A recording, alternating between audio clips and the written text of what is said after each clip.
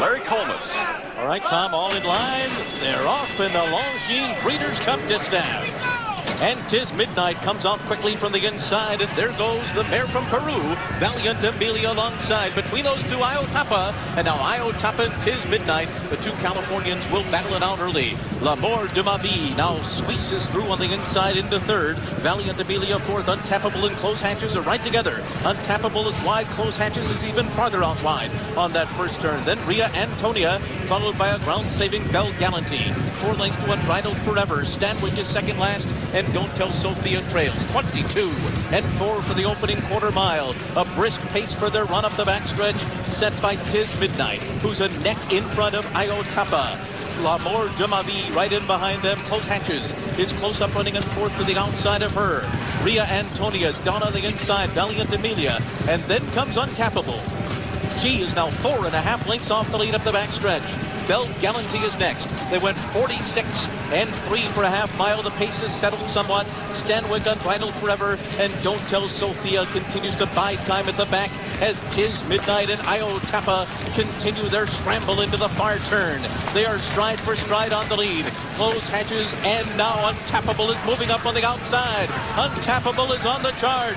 Close Hatches is not going on. She's dropping back again today. And Don't Tell Sophia is rocketing by horses on the far outside. They're at the top of the stretch, and Untappable has taken the lead on the outside of Iotapa. Don't Tell Sophia is third on the far outside. Untappable into the final 16th in front. On the inside, Iotapa fights on. Don't Tell Sophia's third, but as they come to the wire, the Super Filly has done it. Untappable has won the Distaff. It's close for second between Iotapa and Don't Tell Sophia. Ria Antonio is fourth. Untappable, a champion. She is indeed a champion, as you had a look at Steve Asmussen, her trainer, as Rosie Napravnik gets her first Breeders' Cup Distaff victory. Steve, who has had a brilliant season. Again, her only loss was against males in the Haskell. She has been dominant in her division, and now she beats older mares for the first time. Nothing to really hold your breath out through the course of the race. Going into the first turn, Rosie Napravnik on Untappable, Joelle Rosario on Close Hatches got forced wide. They took the worst of it. But in that kind of situation, when you're on horses that are that good, there's no other option really. And Rosie didn't panic, Joelle didn't, and they kind of ran as a team around there. Sometimes you don't have to be a pilot, you can be a passenger, at least to a certain point in the race. I thought Rosie held her cool really, really well, and just rationed out Untappable speed as they went through the course of the race, and she's clearly the best filly in the country. Oh yeah, clearly, yeah. But I mean, you can look at her margin of victory. You can say, okay, she wasn't really all that dominant. It wasn't like the Kentucky Oaks where she won by 4.5. But don't underestimate how wide she was. I mean, she was 5 wide first turn, 5 wide second turn. She gave up a lot of ground. Donna. Rosie, this filly's 6th graded stakes this year. The first time for her to run against older fillies and mares, and she beat them. How great is she? She's so awesome. She was so good today. Down the backside, I had so much confidence, and she just pulled me around the second turn. She's just always been a really, really special filly, and I can't tell you how special this win is for me. She gives you your second Breeders' Cup win, your first one in the Distaff. This is also Steve Asmussen's first Distaff win. What's it mean to you to win these races? Well, more than anybody will know, I can guarantee that. Steve's done such a great job with her, and she's very, very special. She looked like she was going to get hung a little bit wide in the first turn. Were you concerned? We were a little bit wide in both turns, but I mean, we had a wide post, and I wasn't sure about how it would set up, but it certainly didn't really matter. I could only hear it from the backside. It sounded like Don't Tell Sophia was charging through the stretch. Any concerns that she was going to get caught, or you just had too much horse? You know what? I didn't look back once. I actually did hear the announcer say somebody was flying, which is weird because you don't normally hear anything. But I had a ton of horse. I mean, she wasn't at all, getting to her last leg. So she's just great today, and it's just a really good win. It means a whole lot to me. She gave you a nice start to the year, now a nice end of the year. Congratulations. Rosie, let's go to Tom. Well, she and Rosie have had quite a season. Many memorable moments. Perhaps this is the greatest of all. Wide trip didn't matter. Older fillies and mares didn't matter. The second Breeders' Cup win for Rosie and the first in the Distaff for her. Let's go to Lafitte.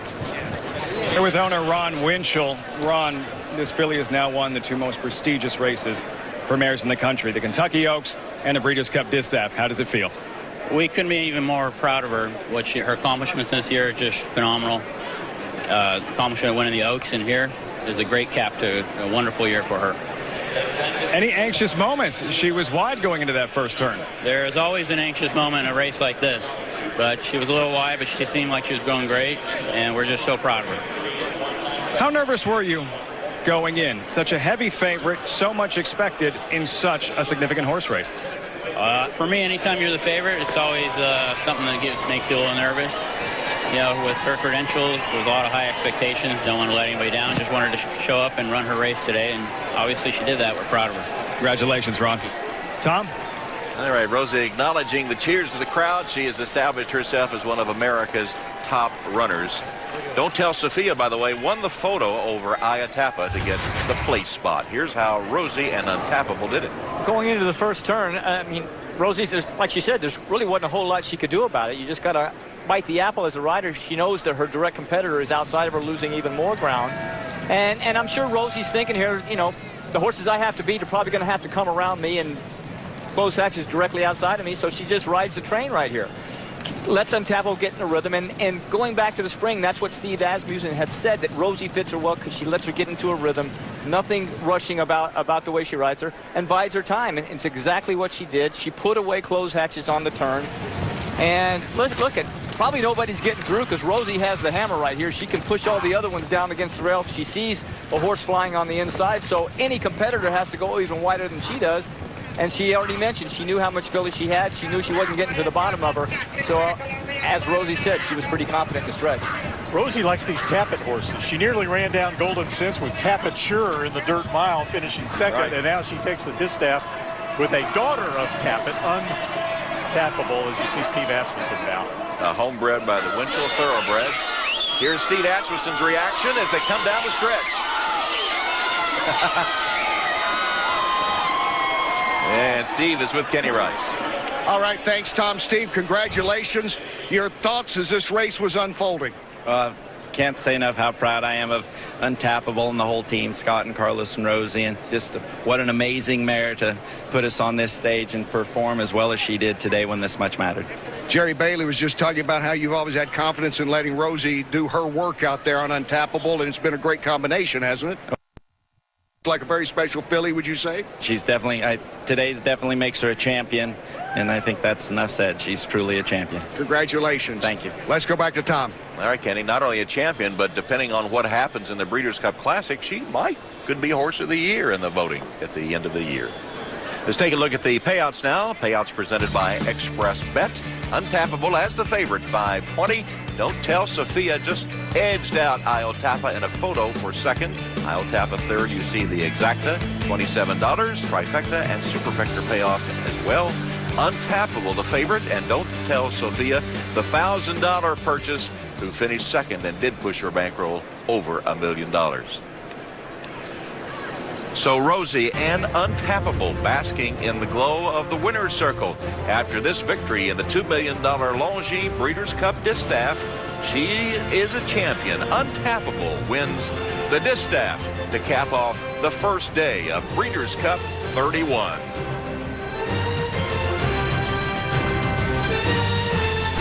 Winning rider Rosie Napravnik and her mother Cindy, very proud of her daughter and what she's accomplished today. Rosie, your second victory on a Breeders' Cup stage, Shanghai Bobby in the Juvenile a couple of years ago. You win the Kentucky Oaks, the Breeders' Cup Distaff with Untappable. What does this filly mean to your career? First, I just want to thank Steve and Ron Winchell for having me on the filly to begin with, and also letting me get back on her after I was injured. As far as how much it means to me, I can't really explain, but I'm going to have to explain it to my mom first. I wanted to tell you in person that my retirement starts on Sunday, and Joe and I are starting a family.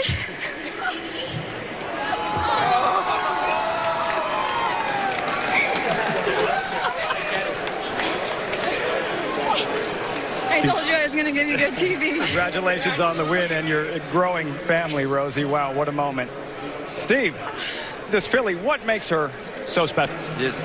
I think that it's just the Winchell breeding program and the talent that she has, and just can't say how proud I am. You know, Rosie gave her some tremendous trips this year, and the culmination of a great year for a great filly.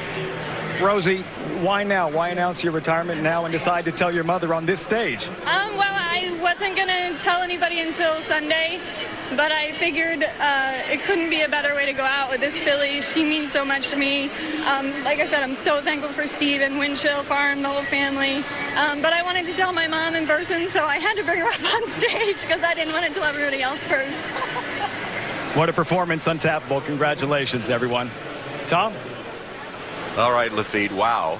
As Rosie announces her retirement, but she does go out with a bang on Untappable. She wants to start a family with her husband, Joe, and announcing it on national television with your mother standing nearby. What a moment. I'm even more impressed with Untappable and Rosie. 2 passengers aboard, and she still wins the Distaff. But I also want to give a shout-out to trainer Steve Asmussen, the great job he did. Earlier in the week, he told us that the goal this year was the Kentucky Oaks.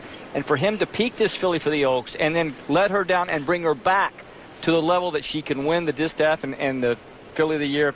Awesome job, Steve. And what a year for Steve Asmussen. Of course, it began with some PETA allegations, which so far have amounted to nothing, although some investigations are ongoing. But to end the season, a rocky season, with this victory has to be extra special. It's been very much a roller coaster ride for Steve Asmussen, and he's been very forthcoming in talking about it with us. Right. But what a great way to end it. I mean, if you recall 5 years ago, he had Rachel Alexandra, who was a Hall of Fame filly, who was Horse of the Year as a 3-year-old filly. She didn't win the Distaff. She didn't run in it.